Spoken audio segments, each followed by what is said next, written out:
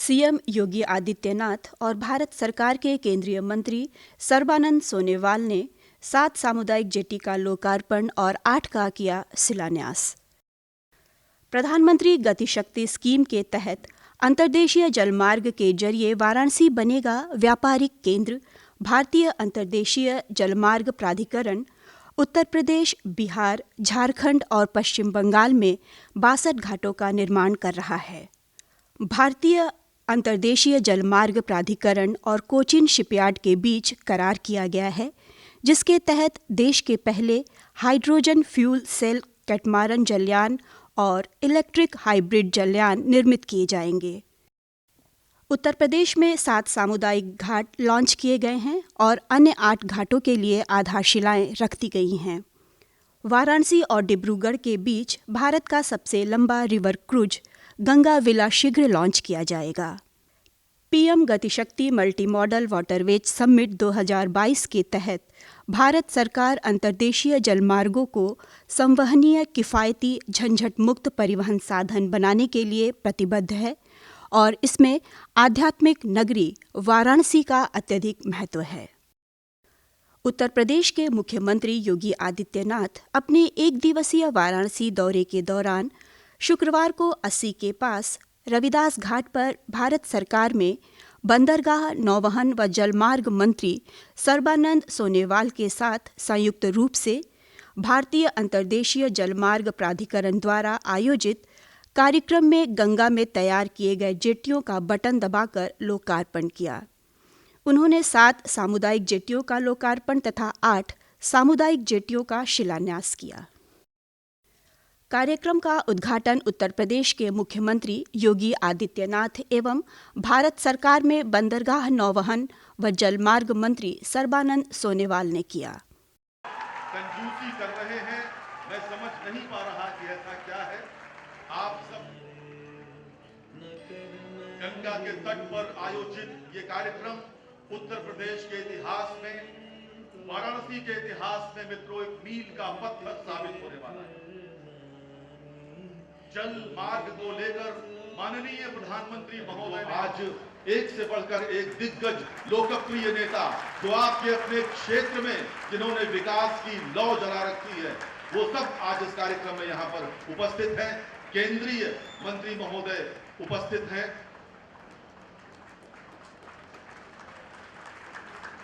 केंद्रीय पत्तन पोत परिवहन जलमार्ग मंत्री द्वय, राज्य मंत्री द्वय यहाँ पर हैं, श्री शांतनु ठाकुर और श्रीपद नायक। इसी क्रम में दीनदयाल हस्तकला संकुल में 2 दिवसीय सेमिनार का आयोजन किया गया, जिसके मुख्य अतिथि उत्तर प्रदेश के मुख्यमंत्री योगी आदित्यनाथ, केंद्रीय मंत्री पीयूष गोयल एवं केंद्रीय मंत्री सर्बानंद सोनोवाल ने दीप प्रज्वलित कर कार्यक्रम का उद्घाटन किया।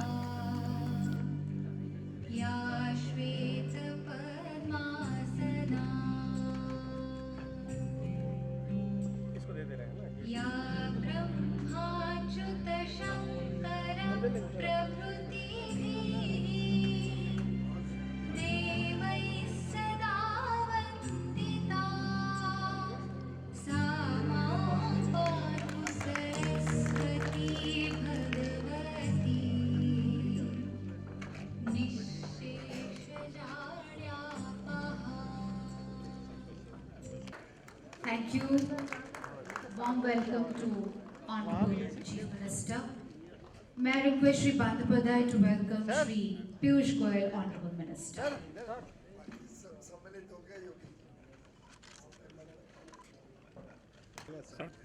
I request Shri Bandyopadhyay to kindly welcome Shri Sarbanand Sonowal, Honorable Minister.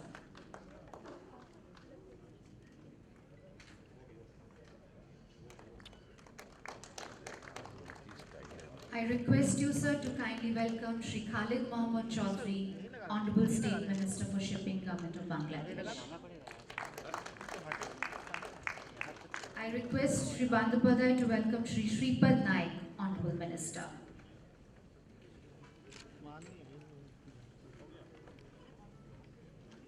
I request Shri Bandyopadhyay to kindly welcome Shri Shantanu Thakur, Honorable Minister.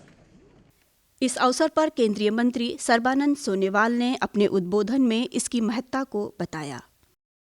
विश्व के सबसे लोकप्रिय नेता प्रधानमंत्री नरेंद्र मोदी जी की मार्गदर्शन से आज भारत सरकार के अलग अलग मंत्रालय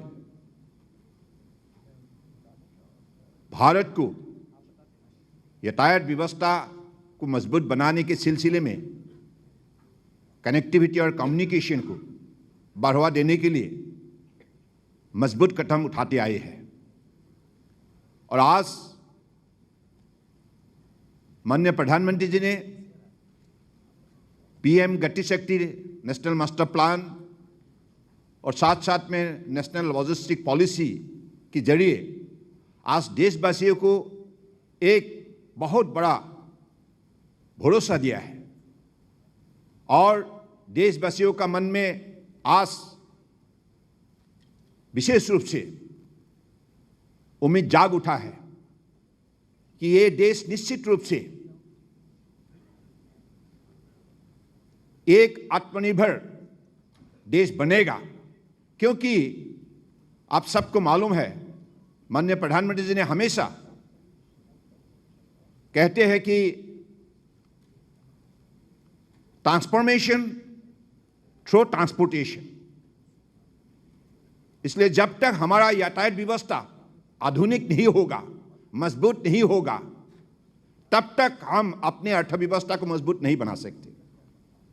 और आज माननीय प्रधानमंत्री जी ने 21वीं सदी में दुनिया के साथ अलग अलग देशों का साथ हेल्दी कंपटीशन में भारत को शामिल करने के लिए और भारत को आत्मनिर्भर बनाने के लिए जो दिशा उन्होंने दी है, इससे सभी भारतीयों के मन में सपना जाग उठा है, उम्मीद जाग उठा है और सबका यह मानना है निश्चित रूप से इसी व्यवस्थाओं को द्वारा हम अपने हर व्यक्तियों का शक्ति बढ़ाने में हम सफल रहेंगे और इस देश को सेल्फ रिलायंट इंडिया बनाने में हम सब सफल रहेंगे। केंद्रीय मंत्री पीयूष गोयल ने इसकी महत्ता पर प्रकाश डालते हुए कहा, प्रधानमंत्री जी ने इंफ्रास्ट्रक्चर पे विशेष बल दिया। उनके ध्यान में है कि अगर कोई देश को विकास करना है, जब तक अच्छा इंफ्रास्ट्रक्चर, और इंफ्रास्ट्रक्चर में सिर्फ सड़कें बन जाए या रेलवे लग जाए ऐसा नहीं, इंफ्रास्ट्रक्चर में पूरे देश में एक नेशनल ट्रांसमिशन ग्रिड बने, वन नेशन वन ग्रिड हो, जिससे 24 घंटे देश के कोने कोने तक बिजली उपलब्ध हो सके। देश में इनलैंड वाटरवेज की गाथा तो अभी अभी सोनोवाल जी ने बताई, कल्पना के बाहर वृद्धि हुई है। एयरपोर्ट्स लगभग 2 गुने हो गए, पोर्ट्स की क्षमता दुगनी हो गई, रेलवेज की जो स्पीड है, फ्रेट ट्रेन्स आप सबको याद होगा 2014 के पहले 22-23 किलोमीटर प्रति घंटा माल ढोती थी। सोनोवाल जी गुवाहाटी से आते हैं, मुंबई से गुवाहाटी 8 दिन लगते थे रेलगाड़ी को, मालगाड़ी को पहुंचने में। प्रधानमंत्री मोदी जी ने एक एक विषय को लगभग स्वयं मार्गदर्शन देके, कंटिन्यूअस गाइडेंस, और साथ ही साथ एक निगरानी रख के, वो बहुत स्ट्रांग बिलीवर है मॉनिटरिंग और एलोकेशन ऑफ रिस्पॉन्सिबिलिटी के। जब तक आप मॉनिटर नहीं करो कोई प्रोजेक्ट और जब तक लोगों को जवाबदेही नहीं बनाओ आउटकम्स के लिए, तब तक काम पूरा नहीं होता है। उत्तर प्रदेश के मुख्यमंत्री योगी आदित्यनाथ ने PM Gatishakti multi modal waterways summit 2022 के अवसर पर उत्तर प्रदेश सरकार की भूमिका एवं उपयोगिता के बारे में प्रकाश डालते हुए कहा, आज उत्तर प्रदेश में अगर हम सड़क परिवहन की दृष्टि से देखेंगे तो हम लोग वर्तमान में प्रदेश के अंदर केंद्र और राज्य सरकार दोनों की मदद से लगभग 12 से 13 एक्सप्रेस हाईवे के निर्माण कार्यक्रम को तेजी के साथ आगे बढ़ा रहे हैं। Inter state connectivity Uttar Pradesh की, वे नेपाल से हों, बिहार, झारखंड, छत्तीसगढ़, मध्य प्रदेश, राजस्थान, हरियाणा, उत्तराखंड, इन सबको 4 लेन की कनेक्टिविटी के साथ हम लोगों ने इस कनेक्टिविटी को दिया है। रोड कनेक्टिविटी को 4 लेन के साथ जोड़ा है। उत्तर प्रदेश का ये सौभाग्य है कि eastern and western freight corridor यह उत्तर प्रदेश से होकर के गुजरता है और इसका जो जंक्शन है वह उत्तर प्रदेश के अंदर ही बोड़ाकी नामक स्थान पर आता है, जो हमारे लिए लॉजिस्टिक हब का एक बहुत महत्वपूर्ण केंद्र बनने जा रहा है। एयर कनेक्टिविटी में उत्तर प्रदेश ने एक नई ऊंचाइयां प्राप्त की हैं। मैं भी 1 सप्ताह पहले बलिया में था। उत्तर प्रदेश का एकदम